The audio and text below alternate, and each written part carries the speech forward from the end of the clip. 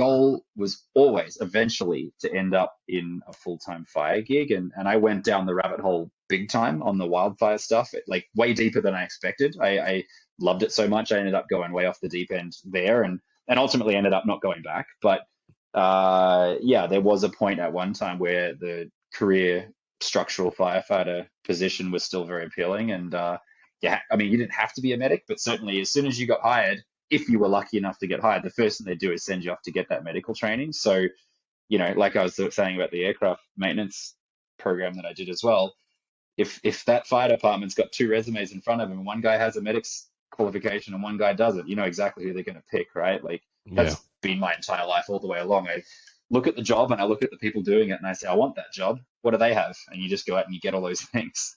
And you be as close to that person who's got that job as you can possibly be, right? Yeah. Going back to, you know, again, saying how relatable our paths are. I did the same exact thing, you know, after high school, going to the fire academy, wanted to be a structural firefighter. Had an opportunity to work for the U.S. Forest Service as a wildland firefighter on an engine, and absolutely fell in love. So it's, you know, the exact same thing. Totally. And you list Alberta Sustainable Resource Development as the agency you worked for. Is that similar to the U.S. Forest Service? What does that agency look like? Yeah, it is. So there's two parts to that story as well, I guess. Again, flip-flopping a little bit here, but when I was doing that training program, the Diploma of Outdoor Education, that was that summer seasonal kind of thing that was going on there. It was a bit of a different program, I suppose. And I actually worked with a guy who was a wildland firefighter in Australia, and he was like, man, like, this is what you got to, this is a sick job. Like, you got to come and do this thing. It's freaking awesome. It's the way to go. So that was how I actually got into wildland firefighting initially. I had no idea that job even existed. You know, when I turned 18, like even when I was looking at being a career firefighter in Melbourne, I had no idea that even existed. You know, no one told me about it. No, you don't see them. They're just out in the bush, right? They're totally just ghosts out in the wilderness. You don't even know that they're there. But once I realized that was the job and he told me about it and said, this is what you got to get into, you know, applied for that. And with the background that I had with the volunteer firefighting and with my background and like walked into that program. And then that kind of led into, I did a couple of years of that. And then that kind of led into getting on with Alberta, which is, province in Canada, just east of British Columbia, the second province over from the coast.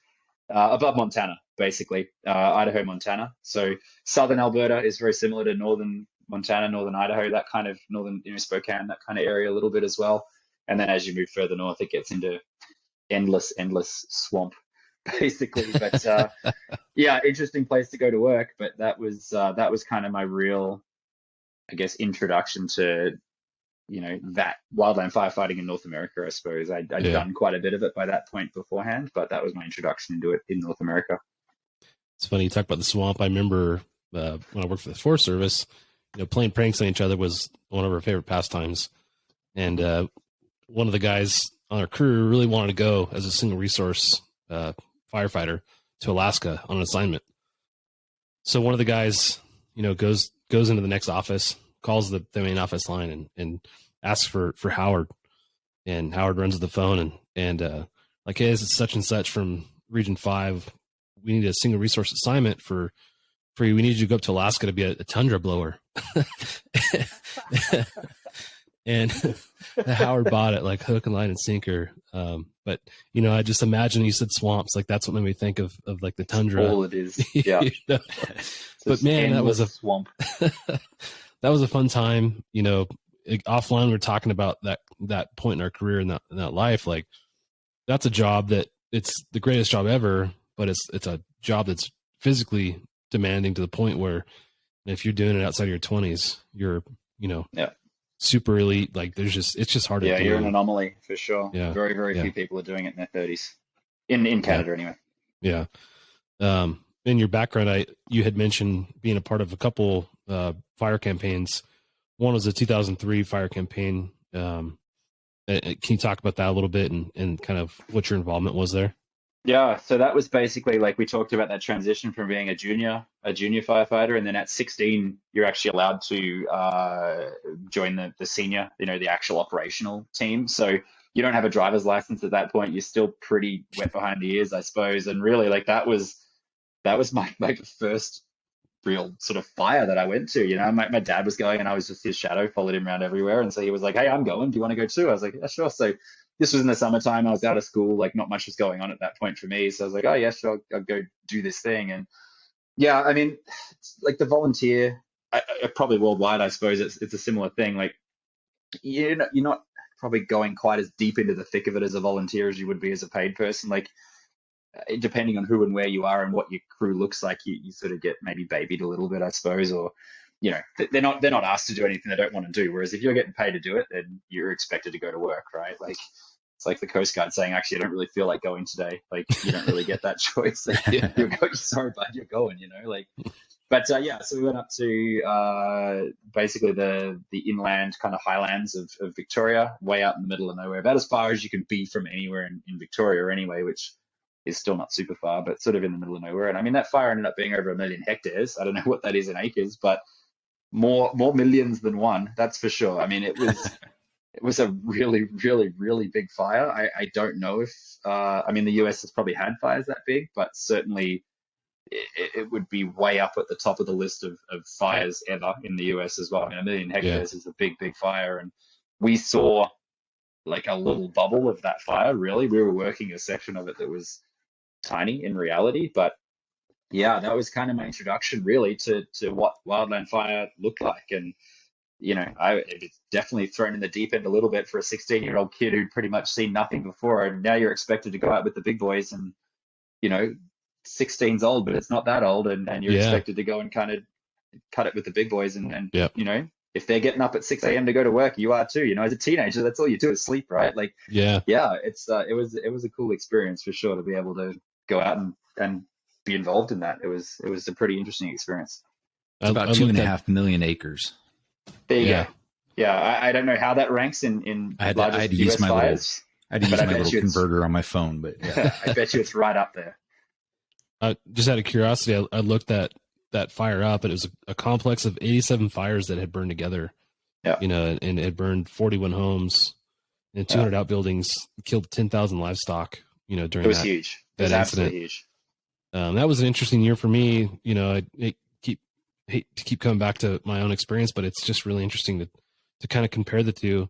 That same year here in Southern California, the Santa Ana Wind events that we have every year kicked off a series of fires between LA County, San Bernardino County, and San Diego County.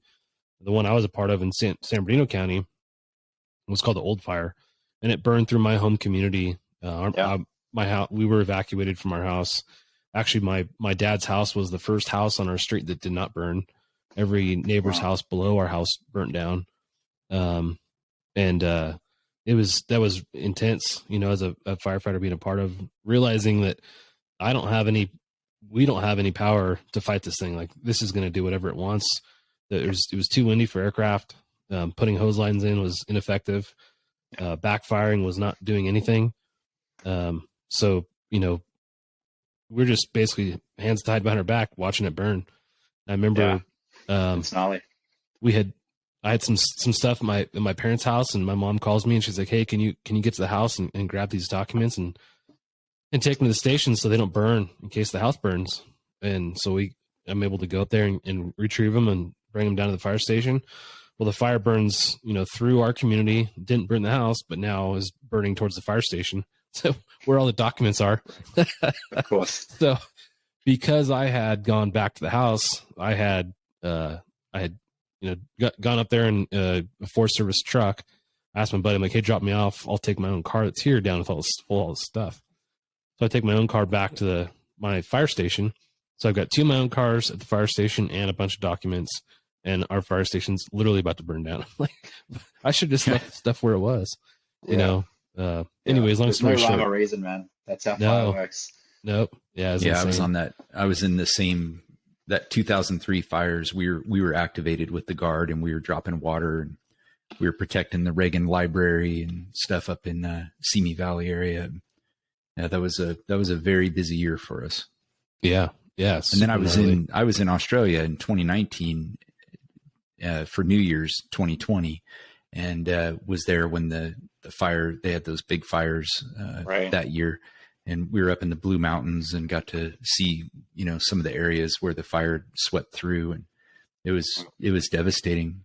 And then really, I mean, in the States, we have a lot of professional firefighters, wildland, both Forest Service, Cal Fire, most of the states have their own, wildland firefighting agencies and stuff.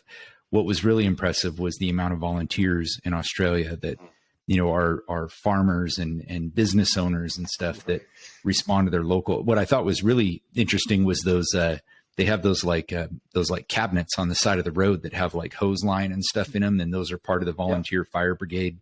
That they respond to those and get hose and whatnot. But just the sheer amount of people that were volunteers that were, literally some of them were like losing their businesses because they couldn't, they were deployed on these fires for so long. It was really incredible. Totally. Yeah, it's a whole different ballgame to honestly. I mean, I haven't been everywhere in the world, obviously, but certainly in North America, it's a very different culture for sure. Yeah. Yeah. Looking into your background, you were a part of those fires too, right? The Black Saturday fires. Yeah, Black Saturday would have been, what would it have been? I'm just trying to think back now. Before 19. Was it 17? Yeah, I think so. Yeah, from memory. Yeah, I'd have to think back. It's probably in that ball. No, it's even earlier than that. It would have been 09. Oh, okay. Yeah, they were.